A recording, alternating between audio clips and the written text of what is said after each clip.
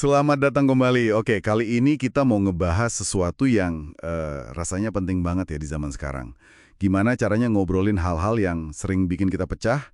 Kita bakal gali dari buku Think Again, khususnya bab 8, judulnya itu Percakapan Bermuatan, Mendepolarisasi Diskusi Kita yang Terpecah. Fokusnya ya itu, gimana sih biar obrolan bisa nyambungin, bukan malah bikin tembok. Iya, bener banget. Bab ini nunjukin gimana gampang banget kita itu kayak kekunci di pandangan kita sendiri ya, kaku gitu. Nah, misi kita sekarang ini mau coba bedah gimana caranya percakapan yang sulit, yang mungkin sering kita hindari, malah bisa jadi jembatan. Kita pakai satu contoh yang menurut saya luar biasa sih dari buku ini. Kisahnya Daryl Davis. Oke, menarik nih. Mari kita langsung masuk aja ya. Buku ini kan cerita soal kondisi yang kita alami lah ya. Sebut satu isu aja, kadang udah bisa bikin, wah, pertemanan rusak, bahkan katanya pernikahan bisa bubar.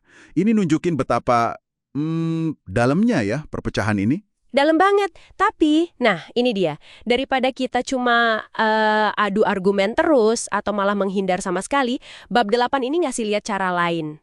Lewat contohnya si Daryl Davis tadi, dia ini kan musisi kulit hitam, tapi dia melakukan sesuatu yang, ya ampun, mungkin buat banyak orang nggak kebayang. Dia secara aktif nyariin dan ngajak ngobrol anggota Ku Klux Klan, KKK itu loh. Tunggu. Ini beneran. Dia nyamperin orang yang jelas-jelas benci sama identitasnya. Terus gimana caranya ngobrol coba? Itu kan kayak, wah nekat banget ya. Di buku dijelasin gitu gimana dia ngelakuinnya. Nah, justru itu intinya. Davis itu nggak datang buat debat kusir atau maksa orang berubah gitu. Dia datang buat ngobrol, beneran ngobrol. Dengerin, ada satu cerita spesifik nih. Dia ketemu sama salah satu pimpinan KKK lokal yang gelarnya Exalted Cyclops. Orang ini ya tanpa basa-basi langsung ngeluarin stereotip yang paling nyakitin lah. Bilang kalau orang kulit hitam itu secara genetik cenderung jahat, terus otaknya lebih kecil. Astaga. Gila sih, saya aja dengernya udah nggak enak. Gimana dia ya denger langsung? Terus respon Davis gimana? Marah pergi gitu aja? Nah, ini uniknya pendekatan dia yang ditekankan banget di buku. Si Davis ini dengan tenang nunjukin dirinya sendiri. Kayak bilang, lah saya kan nggak gitu. Tapi anggota KKK itu nggak langsung percaya. Malah bilang, oh itu gen kriminalmu laten aja, belum keluar. Gitu katanya. Wow. Terus dia masih di situ? Masih lanjut ngobrol? Masih, dia tetap di situ, tetap ngajak dialog. Dan ini yang, wah luar biasa sih hasilnya. Davis itu ngira-ngira ya lewat obrolan-obrolan kayak gini nih.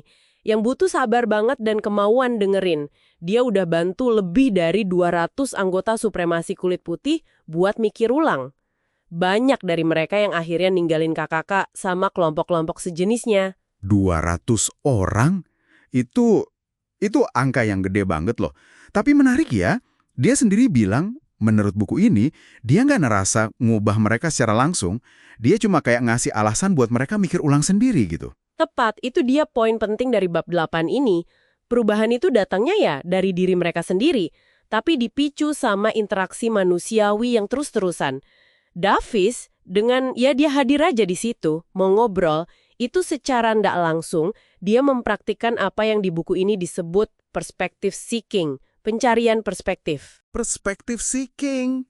Oh, jadi bukan sekedar dengerin buat nyari celah argumen gitu ya, tapi bener-bener nyoba ngerti kenapa sih orang ini mikirnya gini. Meskipun kita nggak setuju banget ya, kayak nyoba pakai kacamata mereka sebentar gitu. Persis, tujuannya bukan buat setuju, tapi buat paham.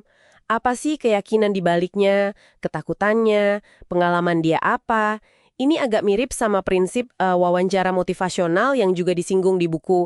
Kita tuh bukan kayak guru yang ngajarin atau bos yang nyuruh, tapi lebih kayak pemandu, bantu orang lain ngeksplor pikirannya sendiri. Nah, kalau kita nolak ngobrol karena kita udah punya stereotip sendiri soal mereka, ya kesempatan ini hilang. Oh, jadi bisa dibilang kalau kita nolak terlibat, kita malah sebenarnya ikut bikin tembok pemisahnya makin tebel dong ya. Kita nutup pintu buat kemungkinan orang lain mikir ulang. Benar banget. Pendekatan Davis ini yang dibahas di bab ini nunjukin kalau kekuatan buat berubah itu ada di kemauan buat terus buka ruang dialog. Sekalipun ya ampun susah atau nggak nyaman banget rasanya, nyindar mungkin rasanya lebih gampang ya, lebih aman. Tapi ya nggak akan bikin kita lebih dekat ke solusi soal perpecahan ini. Jadi kesimpulannya apa nih buat Anda yang lagi dengerin? Mungkin intinya gini, ngindar atau langsung nyerang pas ngobrolin hal sulit itu seringnya nggak efektif. Contohnya Daryl Davis ini, dari bab 8 Think Again. Jadi pengingat yang kuat banget soal potensi dialog. Yang butuh sabar, berani, dan niat tulus buat ngerti, bukan cuma pengen menang argumen. Dan ini mungkin ninggalin satu pertanyaan penting buat Anda pikirin lagi. Kalau kita terus-terusan milih buat nggak ngobrol sama orang yang pandangannya beda banget sama kita, apa ya efeknya lama-lama? Jangan-jangan keengganan kita itu meskipun bisa dimaklumi banget ya, malah ikut ngebangun tembok pemisah yang kita sendiri suka keluhkan. Nah itu sesuatu buat direnungkan lebih dalam mungkin. Oke, sampai ketemu lagi di penjelajahan kita berikutnya.